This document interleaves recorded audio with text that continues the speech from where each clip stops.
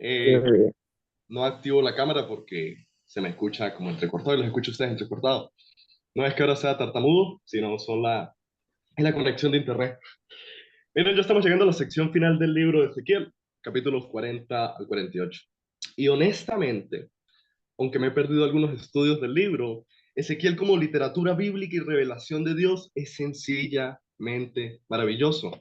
Su texto es sumamente cautivador, su mensaje es muy conmovedor, porque al igual que algunos de los otros profetas, Ezequiel en su libro emplea una gran variedad de diversos métodos o formas de enseñanza para hacerle entender al pueblo de Israel lo que estaba pronto a suceder. Y esto lo que nos enseña en primer lugar es la versatilidad y flexibilidad que el profeta de parte de Dios tiene para traer las palabras que recibe del Señor. Y digo que recibe del Señor ya que no es por méritos propios que Ezequiel predicaba, ya que tal como lo vimos en los primeros capítulos, cuando Ezequiel y cualquier profeta de Dios hablaba, era porque la palabra de Jehová venía a él. Recordemos como en Ezequiel capítulo 1 versículo 3 leímos que vino palabra de Jehová a Ezequiel. Y el mismo capítulo 40, el capítulo de hoy, dice que en visiones Dios fue quien llevó a Ezequiel a la tierra de Israel a predicarle a un pueblo que estaba hambriento de la palabra del Señor. Entonces Ezequiel, como vemos, predicaba por los méritos de Dios a un pueblo con una gran necesidad espiritual. Porque aunque Israel, tal como ya lo hemos visto en varias ocasiones aquí en el Café con Dios, era un pueblo rebelde cuyo problema principal era el adulterio espiritual, esto no quita que sea un pueblo que tenía una gran necesidad de escuchar la voz de Jehová. Porque cuando estamos hambrientos o tenemos un gran vacío dentro de nosotros de la palabra de Dios y no lo satisfacemos de la forma correcta, suceden cosas como las descritas aquí en Ezequiel, que tuvieron lugar en el pueblo de Israel. Pasamos a cometer adulterio espiritual, lo cual en otras palabras quiere decir que buscamos llenar ese vacío espiritual que tenemos en nuestras vidas con pecado y cosas provenientes del mal. Ahora bien, es ante este vacío que Ezequiel como profeta de Dios cumple dos tareas para con el pueblo de Israel, las cuales eran primero, antes de la destrucción de Jerusalén, Ezequiel como profeta de Dios tuvo que combatir un optimismo indebido que tenían los exiliados de Israel, el cual se basaba en tres cosas, que eran el hecho de que se trataban o eran descendientes de Abraham, hijos de la promesa, de que un descendiente de David todavía estaba en el trono de Israel y de que el templo de Dios aún estaba en pie. Esto era capítulos 1 al 24. Luego de esto, la segunda tarea de Ezequiel, después de la destrucción de Jerusalén, era la de combatir una desesperación indebida en el pueblo de Israel. Capítulos 33 hasta el 48. Y para quien se lo pregunte, los capítulos 25 al 32, tal como lo vimos, se tratan de un interludio, si se quiere, en el que Ezequiel predica en contra de las naciones vecinas.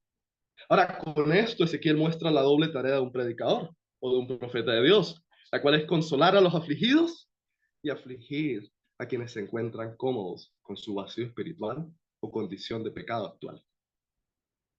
Ahora bien, la visión y el capítulo de hoy no busca afligir a quienes se encuentran cómodos con su situación de pecado actual, sino que más bien busca consolar y animar a quienes lo han dado todo por perdido y piensan que no hay vuelta atrás.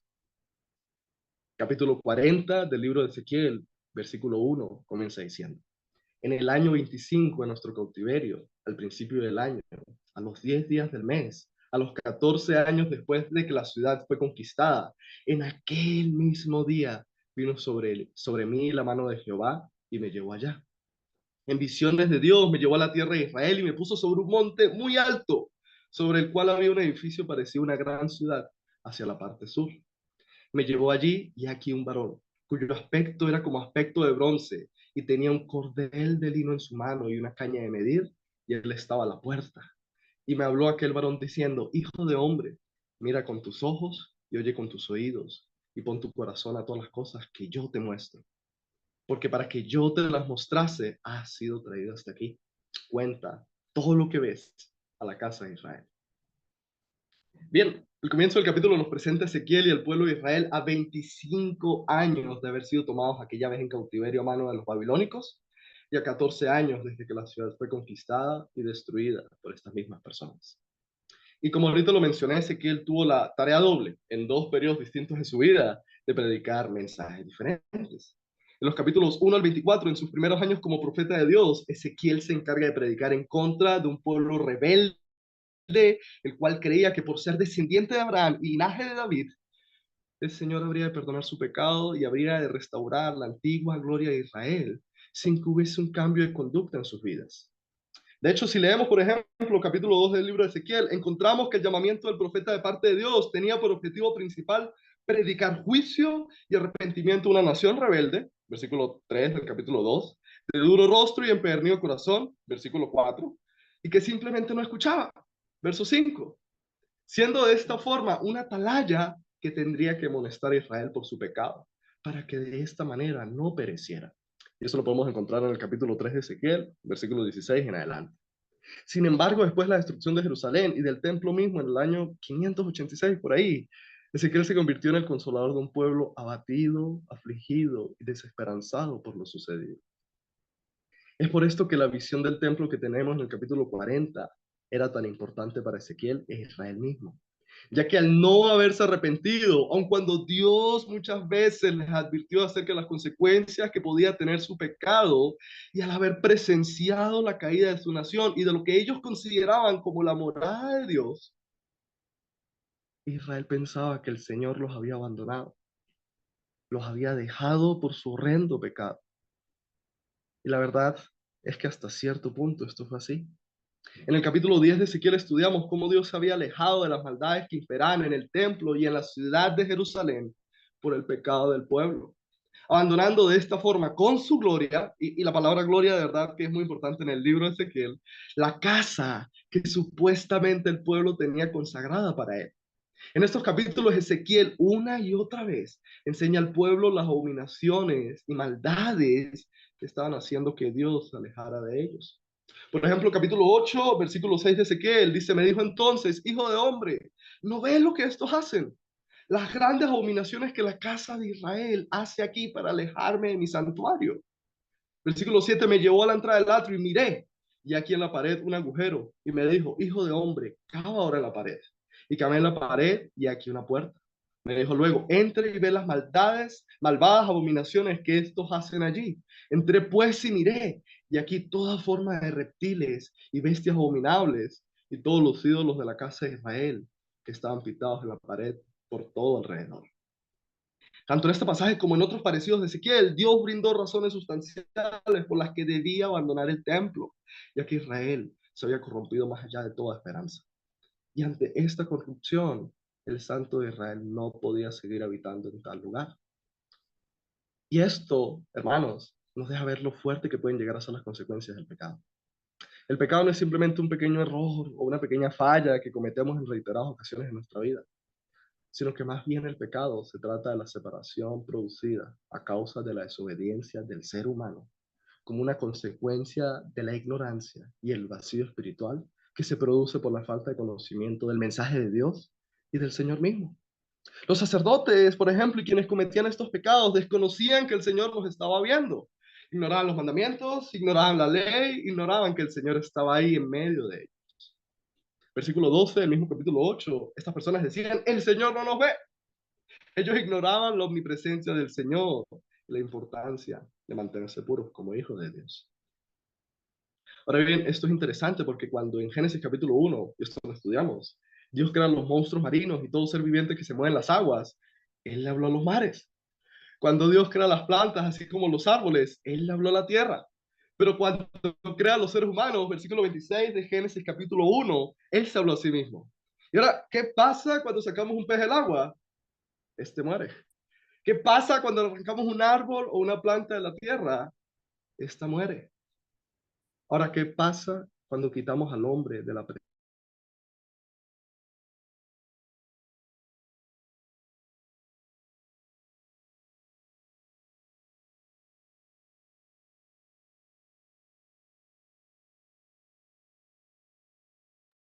Está fallando el internet, un poquito de paciencia.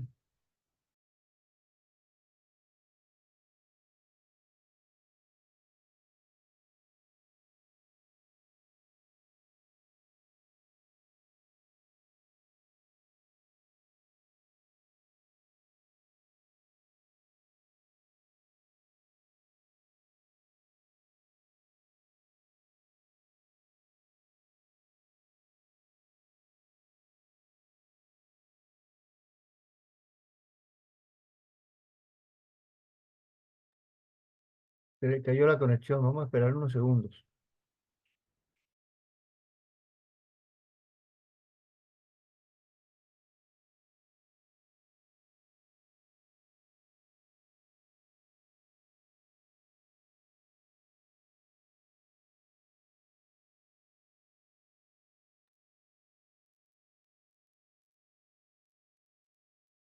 Posible que la lluvia esté dañando el internet a muchos. Por eso muchos no están conectados hoy. Hay una lluvia permanente desde la medianoche más o menos. Y ha fallado el internet. Miren, mientras entra Leo, hay varias cosas aquí en este pasaje que también llaman mucho la atención, ¿no? Además de todo lo que ha dicho Leo, tan interesante, que muestra mucho del carácter de Dios, llama la atención tanto detalle este, sobre las características y las condiciones del templo, de cómo está el exterior, las puertas, lo que había en las puertas, las medidas de cada sección. Segundo, puede ser Leo. Aló, se cortó. Ok, aquí voy un momentito.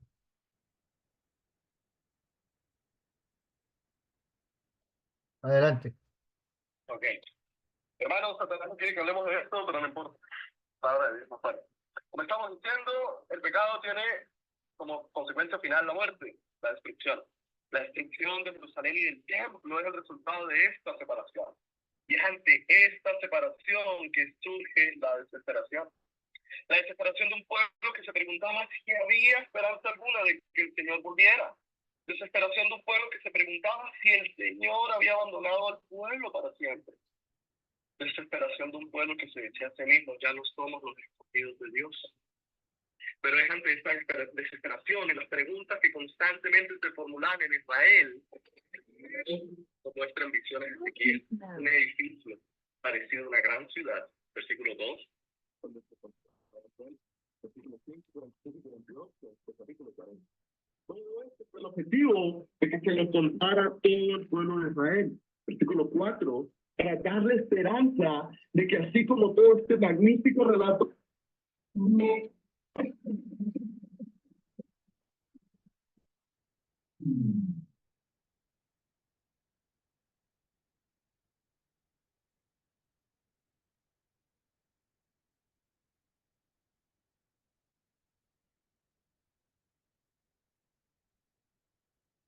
en nuestro hogar, en nuestra vida en general, el Señor nunca abandona a su pueblo, sino que más bien Él siempre está presente y tiene en todo momento, queriendo brindar de su total amor y apoyo incondicional.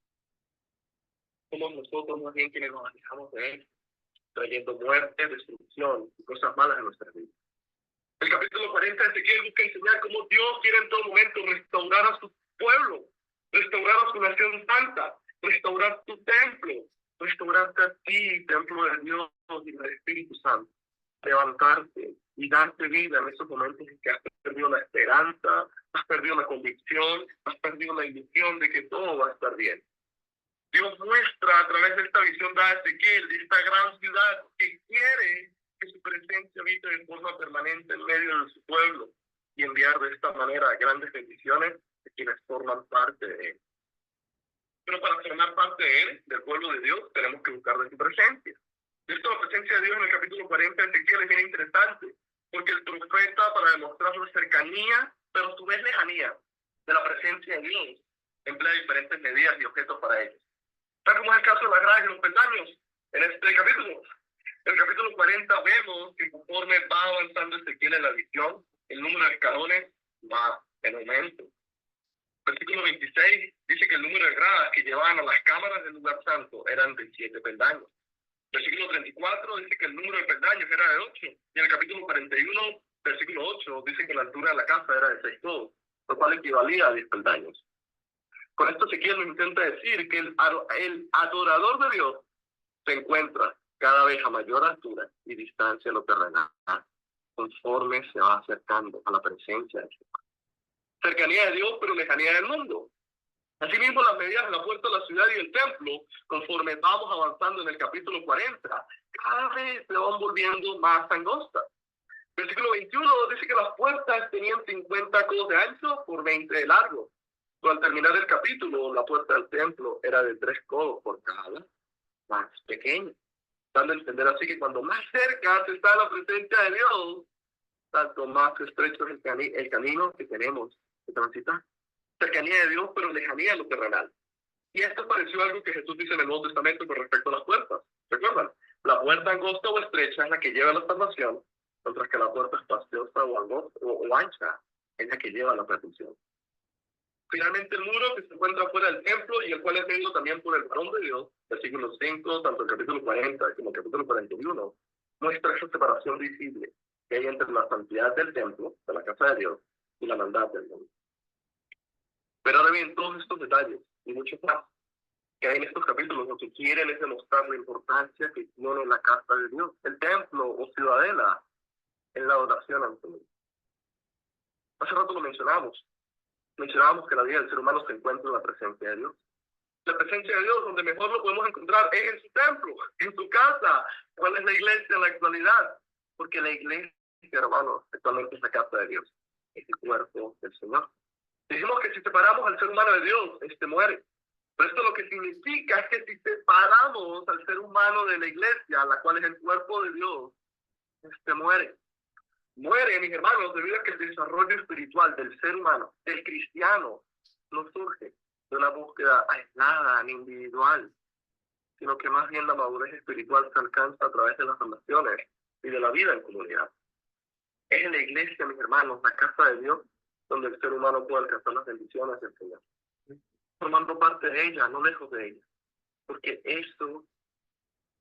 por eso es que es tan importante reunirse con la iglesia para adorar a Dios. Por eso es que es tan importante congregarse los domingos. Por eso es que es tan importante asistir a los discipulados, charlas o reuniones de adoración. Porque es ahí cuando de una forma más plena, y si se quiere completa, estamos ante la presencia de Dios. En su templo, en su casa, en la comunión como iglesia, como un cuerpo unido, cuyos miembros y tu cultura se ayudan mutuamente para así alcanzar y retener la salvación.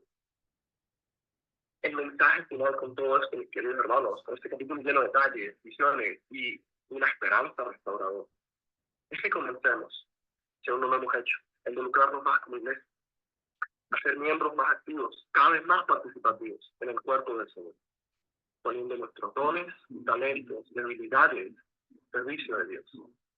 Recuerda, mi hermano, mi hermana, tu vida está en la iglesia.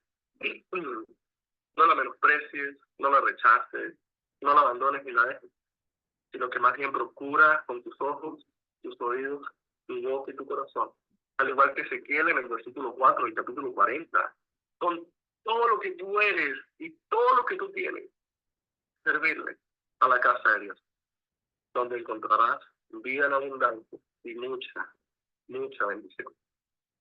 Recuérdalo, mi hermano, con este día. Tu vida está en la iglesia, cerca de la presencia de Dios. ¿Qué les parece si oramos? Muchísimas gracias, Padre, por darnos la oportunidad de estudiar tu palabra, porque podemos aprender más de ella, Señor, y podemos ser nutridos con esta esperanza que tú nos das, Señor, de que todo va a estar bien, y de que al lado tuyo, Señor, cerca tuyo, es que nosotros podemos encontrar vida y muchísima bendición. Te pedimos, Padre Santo, para que tú nos sigas manteniendo cerca tuyo, en tu iglesia, Señor, y que de esa forma nosotros podamos ser consolados, bendecidos, ser animados por ti, Señor, en los momentos de desesperanza y tribulación. Te pedimos, Padre bendito, para que nos bendigas en este día, Señor, y que en este día no nos alejemos de ti. Estamos cerca tuyo, Señor, y de esta forma podemos alejarnos de este mundo terrenal, el cual ofrece muerte y destrucción. Así que nosotros damos las gracias nuevamente por todo. En nombre de Jesús. Amén. Gracias, Leo. Que bendiga, hermano.